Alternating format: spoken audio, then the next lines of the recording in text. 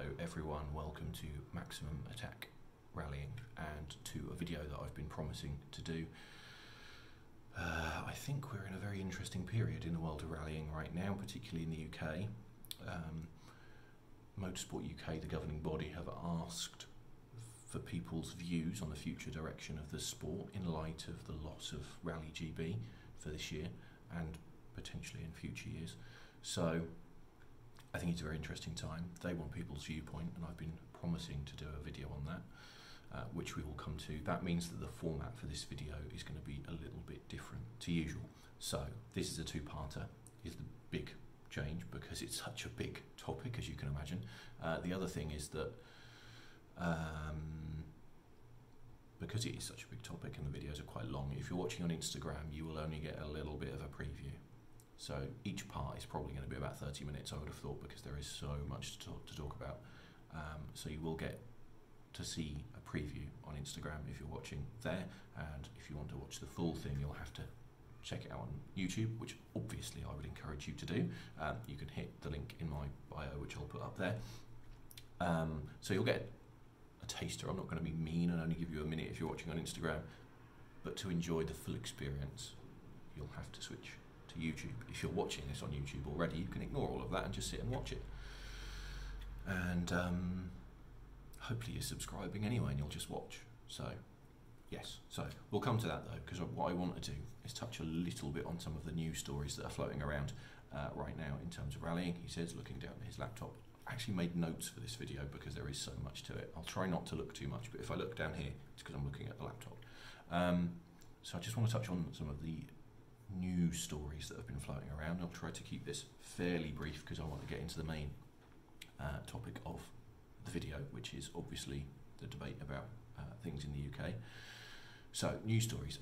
One really big story, I think, that's come out this week is that Dirtfish Media have become the promoter for the American Rally Association National Championship, which I think is a really big story, because if you look at the impact that they've had on coverage of world rallying, I think it's made a pretty significant change. Certainly if you're in the UK, if you go back to pre-Dirtfish involvement, much of, if you wanted rally stories, really you had Autosport and Motorsport News. And they, for a long time, were linked, so you actually, they were using the same people. So there was actually a bit of a lack of content. What we've got with this new player in Dirtfish is that they have got budget, which is unusual in the media these days, and now we're seeing a lot more WRC related content. So I think this could be a really positive step for the ARA, because what we might also see is a real ramp up in coverage for that, not just for the American audience, but I also think through Dirtfish's global reach now with the WRC, I think we'll see more interest in American rallying from people outside of the US, which I think is really, really good, because I think, and it pains me to say this being from the UK, which is obviously such a big place for rallying, I think the US is actually probably the most exciting market for the sport at the moment, because we're seeing that growth of interest, which should now accelerate. So I'm really interested to see about that. So I would urge you to continue following Dirtfish. I shouldn't be plugging other people, but I will. And also openpaddock.net, who are another really good source of American rally stories. And I'm not just saying that because I write bits and pieces for them, but also well worth a look. So I think that's going to be really interesting. I think the thing for me is what I want to see is I want to see the US scene growing, because I think we should be aiming to have a WRC round there in the future, especially with Hyundai, Ford and Toyota being so big in the market in the US. So I'm keen to see that. I'm keen to see more people going over there and competing. But I'm also a little bit worried, because I don't think, while I want to see more R5 cars over there and more Rally 4 cars, I don't want to see them lose that spirit of ingenuity. I wrote a column for openpaddock.net a while ago, talking about one of the things I love the most about rallying in the US is how how exciting it is and how they'll just build anything. There's guys that are competing in the most random cars, Lexus ISs and things that you just never see in Europe. So I don't want them to lose that kind of creative spirit. But it's going to be interesting to see how that develops.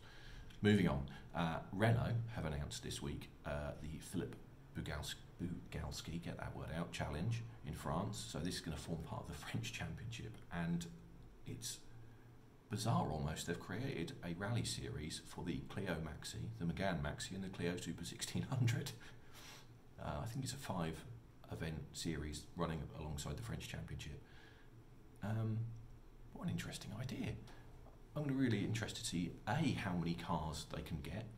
I mean, these cars exist. You don't see them in the UK because we're not that, we don't have that variety. But I think seeing how many of the cars actually come out and compete will be fascinating, and seeing how it fits and what people make of it. I mean, it's a really iconic era, those high-powered front-wheel drive cars, whether they were 1.6 litre or 2 litre.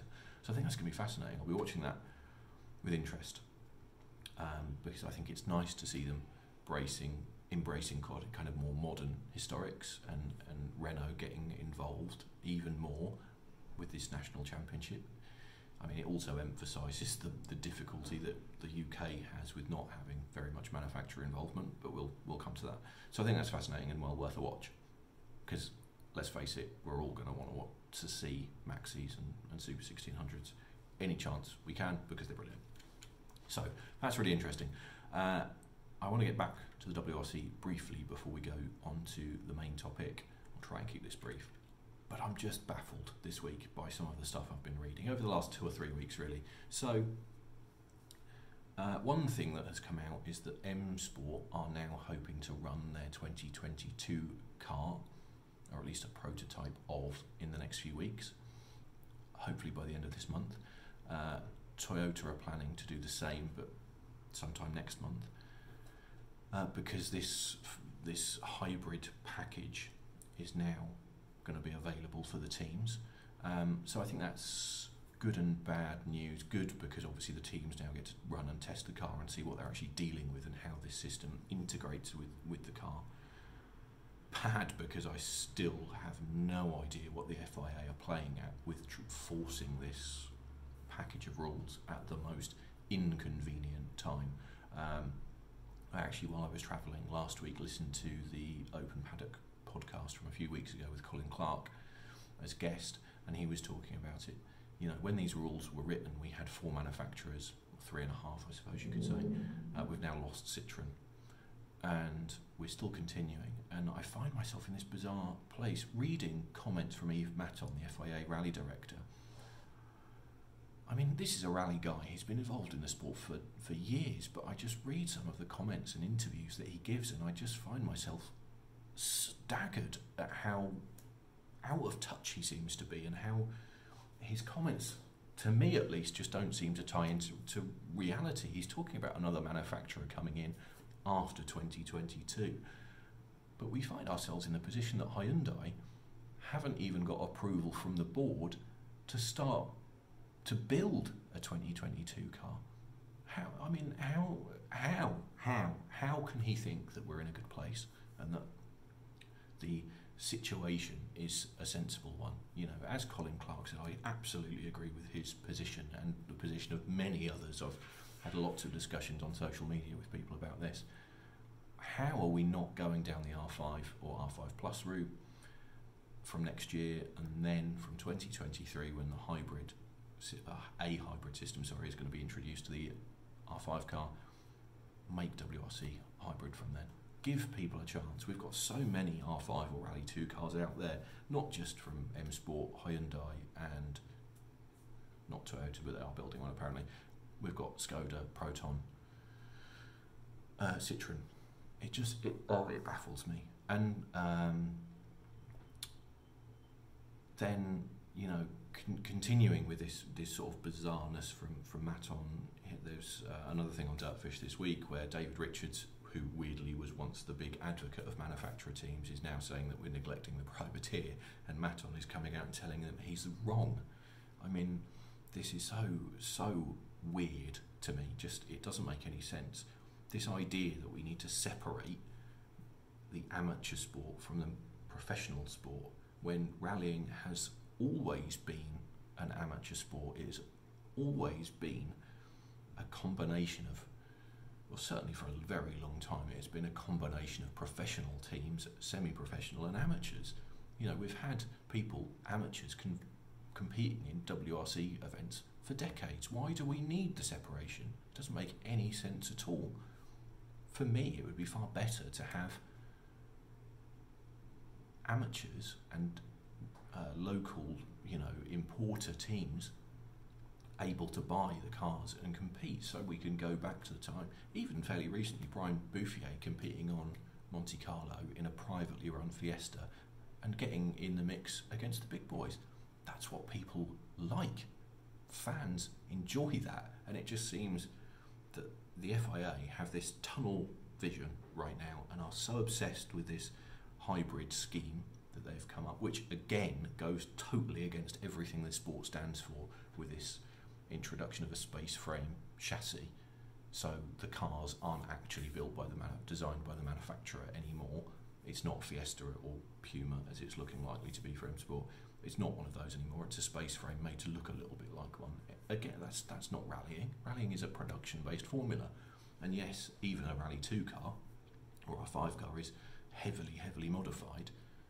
It's still based on a Fiesta or an i20, not on some FIA creation. The whole thing to me seems bizarre. And when I listen to the words coming from Yves Maton at the moment, I just wonder, is there any strategy? Is there any long-term thinking? You know, he's talking even this week about the rule cycle being 3 years instead of 5, and it just makes me think, what is the plan? What is the idea? What is the strategy here?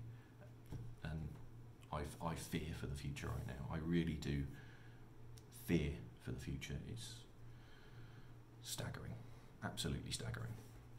So who knows what's going to happen? Time will tell, I suppose, won't it? Time will tell. But that's the news. Laptops just shut down. Very clever. So enough of that. Let's talk about the main event, because I'm already 12 minutes in and that was supposed to be quick and the news hasn't been quick. So let's get to it. So as I said at the start of this, Motorsport UK, the UK's governing body, have asked people to give their input on what the future of rallying in the UK should look like. If you want to get involved in this discussion with Motorsport UK, I would absolutely urge you to do that. Email them your thoughts to rally@motorsportuk.org. I'll try and put that in the comments so you can see it. But definitely do that, because I think the more people that contact them and tell them what they think, the better. I'm going to share with you shortly some comments from followers that I have, that I asked for last week, because I was really interested to see what you guys think. I'm happy, touched, honoured to know that some of you think along very similar lines to me. But I would definitely urge you to contact the Motorsport UK. Let's shorten that. Let's call it MSUK, because I can't be bothered to keep saying it. So yes, contact them and tell them what you think, because the more people that say something, the more chance we have to change things. And I think I cannot emphasise enough how, in my mind, we are at the point where we have to change things. We cannot continue on this same path. We are so far behind in so many ways. So it is time, when we're still in the middle of the pandemic, when we're still going to lose events for the first part of the year, this is the opportunity to start making changes. So the first thing I want to talk about is a little bit of indulgence on my part. I want to touch on the Rally GB thing and also the British Championship, because I think the two are very closely linked. So we've obviously lost Rally GB for this year. There are a couple of ideas of how we may go in the future if we can get it back, and that for me is a big if, because once you're off the calendar, getting back on is very difficult. So there's a couple of ideas. The first is that we move from Wales to Northern Ireland and run an all-tarmac event. The second one that I've seen mentioned is that potentially we also run a tarmac event, but run it in Scotland. I think there's a lot of pluses and minuses to that. Ireland is a very good place to run rallies because the sport is very popular there. tarmac is very good. I'm biased towards tarmac. I do, even though I do struggle a little bit with the idea of a tarmac rally GB, because I think gravel is part of its heritage. But I mean, you know, when you think about it, when I think about the lack of tarmac rallies, I do see the balance there. I think that the struggle with both of those things for me is their location. While the locations are very good for stages, and you would have very good rallies in those regions, the problem you have is that they are actually very far away from population centres. You could be clever in Scotland, you've got Glasgow, Edinburgh, and you could maybe work something with it.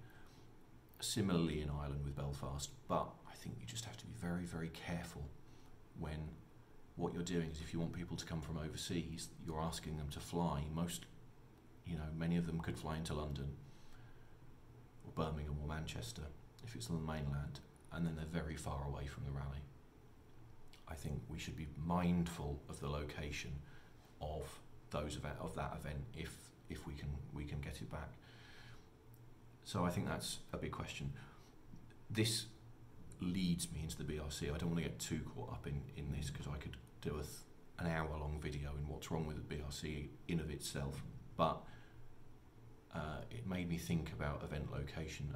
When you're planning the BRC calendar, you need to be very careful about where those events are. We can't hide in Wales, Scotland and the northwest of England and Ireland. When you're trying to grow something, you need to put it in front of people. And I think for me, the whole ladder of rallying in the UK stems from Rally GB and the British Rally Championship. Go back to the 90s or the 80s or the 70s, and the British Rally Championship was the biggest national championship in Europe, and it was the one that everyone wanted to win. You know, we had Finnish drivers coming over to establish themselves, and you know, that's what we should be aiming for. And I think you need to make the BRC a force again in order to help you generate the popularity of the sport at the lower levels. And by having a load of forestry events that are very difficult to access, especially when you consider all the challenges that are propping up with forestry events in terms of sustainability and access, I think you've got a real issue there. I still maintain that we should be going for an all tarmac series as far as the BRC is concerned. The BTRDA still offers a relatively high level gravel series, but I think the future for me is still tarmac. That upsets people, but I don't care. I think that's the future. We should also be looking very carefully at locations, as I said. I think my view on a BRC calendar is you would have a Scottish event, maybe Jim Clark as its borders. You would have a Welsh event. We're getting a couple of good closed road rallies in Wales, so you've got a couple to pick from there. An Irish event, Ulster is the iconic one, so I'd probably go for that. Isle of Man would be nice. But then for me, I would be looking to have 2 rallies in the south. We've got one with the Corbo rally based at Clacton. That's perfect. Has had a spot on the calendar, but because of COVID has never made it. Hopefully that will keep its place for next year, and I would also be looking to have one along the south coast somewhere. The reason for this is because I think if you have those 2 events and they're tarmac, you might stand a chance of getting people to come over from Belgium, Holland and northern France and take part. Because if we're offering good closed road events, and you can get people over from Europe, because lots of people go from the UK to Europe, to Belgium and France to compete, you grow the standing of the championship and you give it that platform to build from. So I think that for me is really important. Yes, the heartland of rallying in the UK is in the north and in Wales and in Scotland, but you can't rely on that because it's so far away. And similarly, you have to think about the event structures. You have to look at events like Ypres in Belgium. Very compact routes, minimal road mileage, stages very close together, makes it easier for spectators, easier for competitors, and you can have the service park right in the middle of town. And it's these things, you know, this ease of access and this ease of promotion, ease of media coverage, it all just makes the whole thing so much easier to put on, and so much easier for everyone in terms of logistics and getting it in front of people. And that is the big thing. This is the biggest issue that I just want to touch on before we get in to comments from you guys, is promotion. When the BRC came back in 2016 after its hiatus, the television coverage was at 7:30 in the morning. I mean, who's going to watch that? No one's. I mean, I recorded it, but that's pointless, isn't it? I know it. I was looking for it. Joe Average isn't going to be thinking, well, what am I going to watch at 7:30 on a Saturday morning? Joe Average, with a passing interest, needs it put in front of them. So I think the big thing for me with BRC and Rally GB is that it needs proper coverage, and MS UK need to step up here and do some deals to get it on the television properly. It should be tacked on to BTCC coverage, or, you know, they should be nagging the BBC to cover it more. If you want something to grow, people have to know about it. And the biggest problem with rallying right now is that nobody knows about it. And for me, GB and BRC are the principal ways you sell the sport. And we're just not doing that right now. It's shocking, you know, especially when you looking beyond television to the social media side. It's just not good enough. And just touching on coverage as well, I've recently I'm behind. I'm really sorry, I'm behind. I've started watching Drive to Survive on Netflix, which is a series about Formula One. And it is totally different to race coverage. I actually think the coverage of Formula One is a lot better than rally coverage, because they try and get the stories, and I think F1 are much more aware that the human story is important than most other motorsport coverage. But it just makes you realise how good coverage can be when you give people a little bit of background on the drivers and what they're going through, and their struggle to even get into the seat in the first place. So I would urge you to watch Drive to Survive, because it is a model of how bad most motorsport coverage is, because we keep missing the human story. The teams don't want us to have the human story because they want the slick, perfect PR machine, and the TV people are stuck seemingly with what the teams will let them see. And I think we really need to wake ourselves up to how important those human stories are, and push the teams, the manufacturers, everyone to start opening that up. I see a lot of people, even rally fans, saying, well, I just want to see the cars moving. As a nerd, as a fan, I understand that, but that doesn't attract new people. I sat and watched Drive to Survive with someone who would never watch Formula One in a million years, and they said to me, if the coverage was like that, I would watch this every week. That says it all, doesn't it? Because to them, it's the human story. It's the human story in sport that attracts people to it, not the activity itself. You know, that plays a part. Seeing an extremely talented footballer doing extremely talented things with the ball is part of the attraction, but it's the human story that really sells it to people. And that is really what we need to capture in motorsport coverage. And right now we're doing a terrible, terrible job of it, especially in rallying. And my laptop keeps turning itself off. It's not very good. Anyway, so I want to move on, because I'm almost out of time for part one. And what I really want to get to is what you think. So let's get straight into it. Let's not waste any time at all. First comment is from Andy. He has said, I will read it to you because I'm nice like that, more affordable class structures, proper one-make series. I like the R structure, but how is a young driver meant to afford a £40,000 entry-level R car when most people can't afford a £5,000 road rally car? There's nothing there that I disagree with. I think he's absolutely right. It's interesting, isn't it? Rally R2 and R5, now Rally 4 and Rally 2. Ugh. That was a needless change, wasn't it? Have actually been very successful. There's lots of those cars out there, lots and lots of those cars out there. But they're all very expensive. Even what is now a Rally 5 car, what used to be an R1 car. An R1 car was really basic. It was a car with a roll cage and some dampers and a short final drive, and that was about it. Now a Rally 5 car has a sequential gearbox and is €50,000. I mean, that is a real problem. I think for me, while I'm not totally against the R categories, I think we have really missed a trick by A, forcing people to build a car from a specified kit of parts, which inevitably means it's very expensive, and B, we have no production-based categories in there. Yes, you can argue that when you use production car parts, they can be problematic and they can fail, but if they're production car parts, they're cheap. You know, nothing about a sequential gearbox is cheap.